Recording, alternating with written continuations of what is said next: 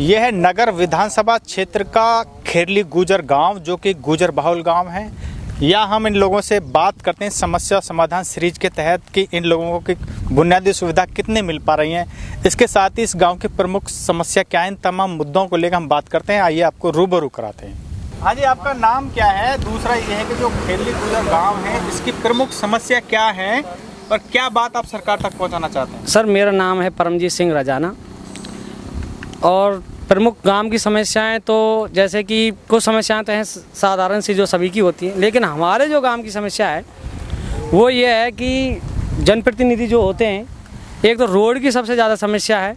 जो गांव के अंदर रोड है, मैं आउटसाइड की बात नहीं कर रहा हूँ, जो गांव के गली हैं उनकी सही नहीं है। और दूसरी पानी की जल समस्या इतनी है कि कुआं बिल्कुल ख़त्म है। पानी की सप्लाई घर घर में सभी ने अपने प्राइवेट टैंक बनवाए हुए हैं, जिस टैंक में पानी वो 800-900 रुपये पर टैंक के हिसाब से डेली मंगा रहे हैं। डेली नहीं तो 2 दिन में 5 दिन मंगा रहे हैं।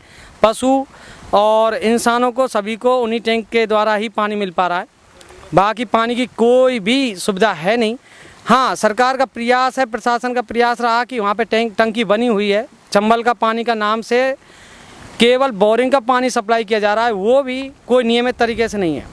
आज है कल नहीं है, 2 दिन है 4 दिन नहीं है, जिसके चलते लोग क्या हो रहा है कि असमंजस में है। ना तो टैंकों को ही मंगा पा रहे हैं और ना ही पानी सप्लाई आ रहा है। तो कभी कभी ऐसी सिचुएशन आ जाती है कि अगर पशु प्यासे हैं तो किसी पड़ोसी से भी नहीं मांग सकते, क्योंकि उसके भी मोल का पानी है, वो भी नहीं देगा। तो फिर वो फ़ोन करेंगे, सर आप कब आ रहे हो भाई, टैंक वाला कब नहीं आएगा। तो ऐसा हो जाता है कई बार, एक टाइम 2 टाइम पशु भी प्यासे रह जाते हैं। तो मुख्य समस्या में अगर देखा जाए तो जल की है, दूसरे नंबर पे गांव के अंदर की रोड की है, जो कि पानी सप्लाई की पाइपलाइन के नाम पर प्रशासन ने या जनप्रतिनिधियों ने उसको खुदवा दिया है, जिसकी रिपेयरिंग आज तक नहीं हुई है। जगह जगह पानी लीकेज है, जगह जगह गड्ढे हैं। रास्ता आप देखेंगे तो आप भी कहेंगे कि ये तो एक नर्क बना हुआ है। जबकि यहाँ पर विधानसभा में, इस नगर विधानसभा में 70 से 80% गुर्जर बाहुल्य है और गुर्जर रहते हैं। और सभी गांवों में तकरीबन एक जैसी ही समस्या है। जो आपने अभी ये बात कही, जो चंबल प्रोजेक्ट है, लेकिन उसमें बोर का पानी आ रहा है जी, तो ये जो बोर कहाँ, गांव का पानी है कैसे है? नहीं सर, वो बोरिंग एक गांव की सीमा है, बरखेड़ा फौजदार, वो जो जाटों का गांव है हमारे समीपवर्ती है, उसमें एक बोरिंग है। तो वो जल बोर्ड की द्वारा ही है। तो उस बोरिंग का पानी ये 60-40 का रेशियो देके उस पानी को एक टंकी में फिल कर रहे हैं और वहाँ से वो सप्लाई हो रही है। जबकि लगता नहीं है कि वो 60-40 का रेशियो है। वो बताते हैं 60 उसमें बोरिंग का पानी है, 40% उसमें चंबल का पानी है, लेकिन नहीं लगता वो कहीं से, क्योंकि उसको पशु भी नहीं पी पा रहे हैं और इंसान की तो बहुत बड़ी बात है।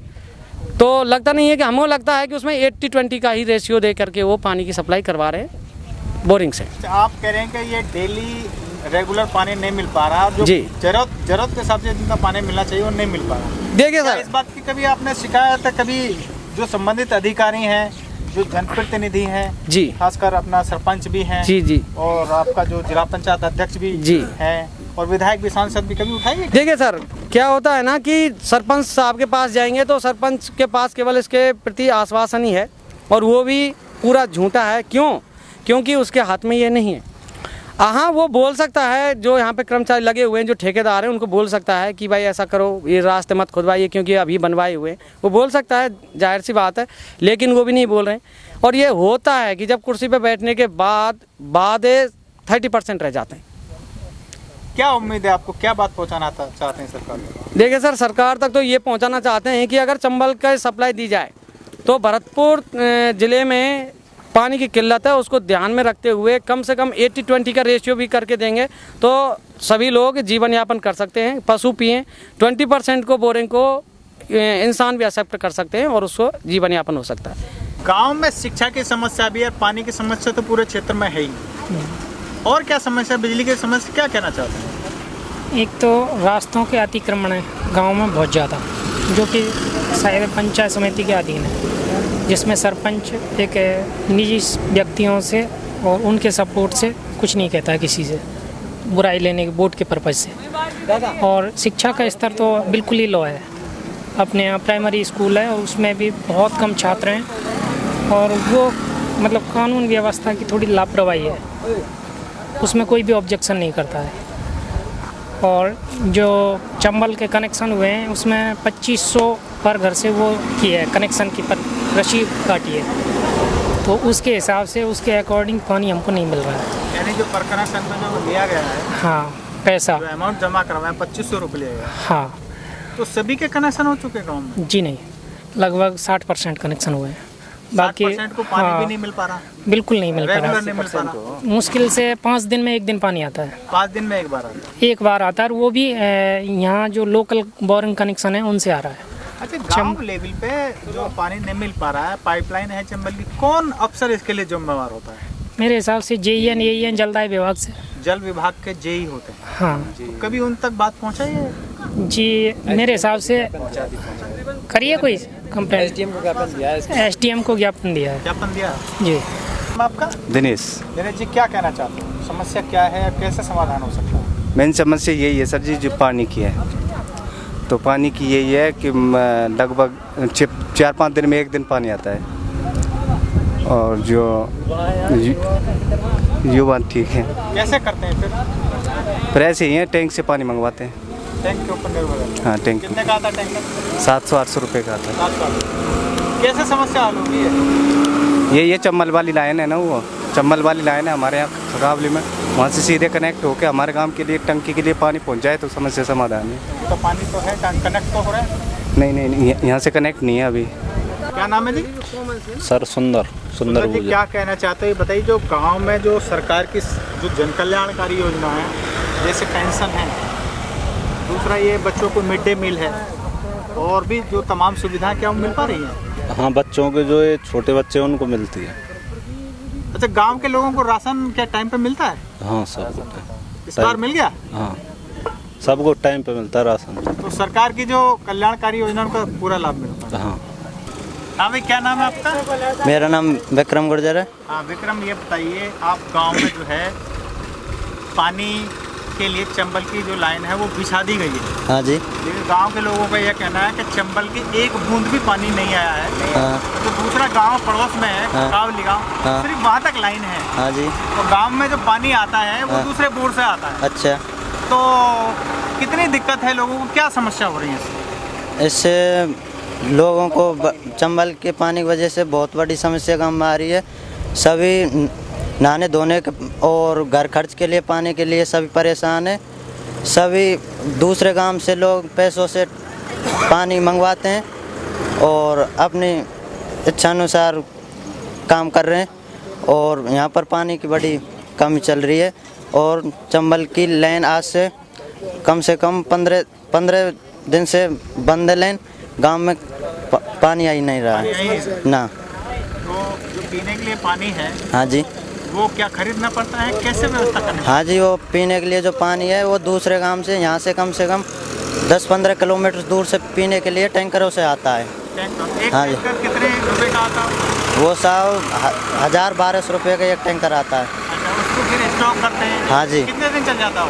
वो सभी खर्च करने के बाद 15-20 दिन चल जाता है लास्ट। 15-20 दिन? हाँ जी। यानी एक बड़ी समस्या है। हाँ, पानी की बड़ी समस्या है। क्या कहना चाहते हैं, खेली गुजर गांव में क्या समस्या है? सर, मेरा नाम रंजीत गुर्जर है और मैं खेली गुर्जर से हूँ। देखिए सर, जैसे भाई ने अभी बताई थी कि पानी की समस्याएं, इस तरीके की समस्याएं बहुत सारे गांवों में कॉमन है।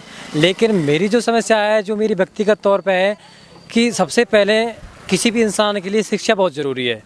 किसी भी समाज को अगर सुदृढ़ होना है, अपना अधिकार या हक लेना है, तो उसके लिए शिक्षित होना बहुत ज़रूरी है। तो मूल रूप से हमारे जो गांव हैं, प्राइमरी स्कूल है, प्राइमरी से आगे उसका कभी प्रमोशन नहीं होता है, ना ही रेगुलर टीचर आते हैं, नहीं बच्चों को पढ़ाते हैं। तो एक तरीके से शिक्षा का लेवल बहुत डाउन है और बच्चे ग्रोथ नहीं कर पा रहे हैं। जिस तरीके से शहरों में बच्चों को बुनियादी शिक्षाएं मिलती हैं, उस तरीके से गांवों में शिक्षाएं नहीं मिल पा रही हैं।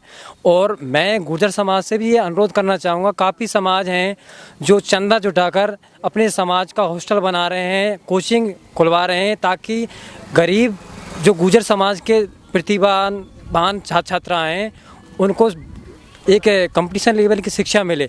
तो मैं गुर्जर समाज से भी ये अनुरोध करना चाहता हूँ कि बहुत सारे दानी और बहुत सारे ताकतवर लोग हैं जो चंदा जुटाकर समाज के लिए कोचिंग सेंटर खुलवाएं तो बहुत सारे ऐसे बच्चे हैं गरीब जिनको वो पैसे नहीं होने के चलते पढ़ नहीं पा रहे हैं और नौकरियों का उनका सपना साकार नहीं हो पा रहा है। तो समाज को इस बात पर सोचना चाहिए कि समाज मिलजुल कर कोचिंग संस्थान खोले और समाज के लोगों को निःशुल्क शिक्षा दे।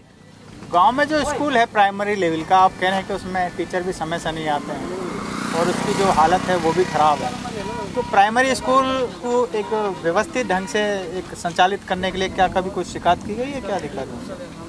सर, अधिकारियों से शिकायत करने से कोई लाभ नहीं होता, क्योंकि समाज संगठन में कुछ लोग ये सोचते हैं कि मेरे बच्चे अच्छी स्कूल में पढ़ रहे हैं, इंग्लिश मीडियम में पढ़ रहे हैं, लोग एक तरीके से संगठित नहीं हैं, तो संगठन नहीं होने के चलते ही उन लोगों को इस तरीके का प्रोत्साहन मिलता है। अगर पूरा गांव संगठन में आए तब जाके बात बन पाए इस तरीके की। तो सबसे बड़ी चुनौती ये है कि लोगों के अंदर संगठन नहीं है। जिस दिन लोगों के अंदर संगठन हो जाएगा उस दिन शिक्षा का स्तर बढ़ जाएगा और कंटिन्यूटी आएगी और जो स्कूल है उसका भी क्रमोन्नयन होने लगेगा। अच्छा, उच्च शिक्षा के लिए भी गांव के लोगों को दूर दराज क्षेत्रों में जाना पड़ता होगा, खासकर पींग या अपना अलवर या भरतपुर।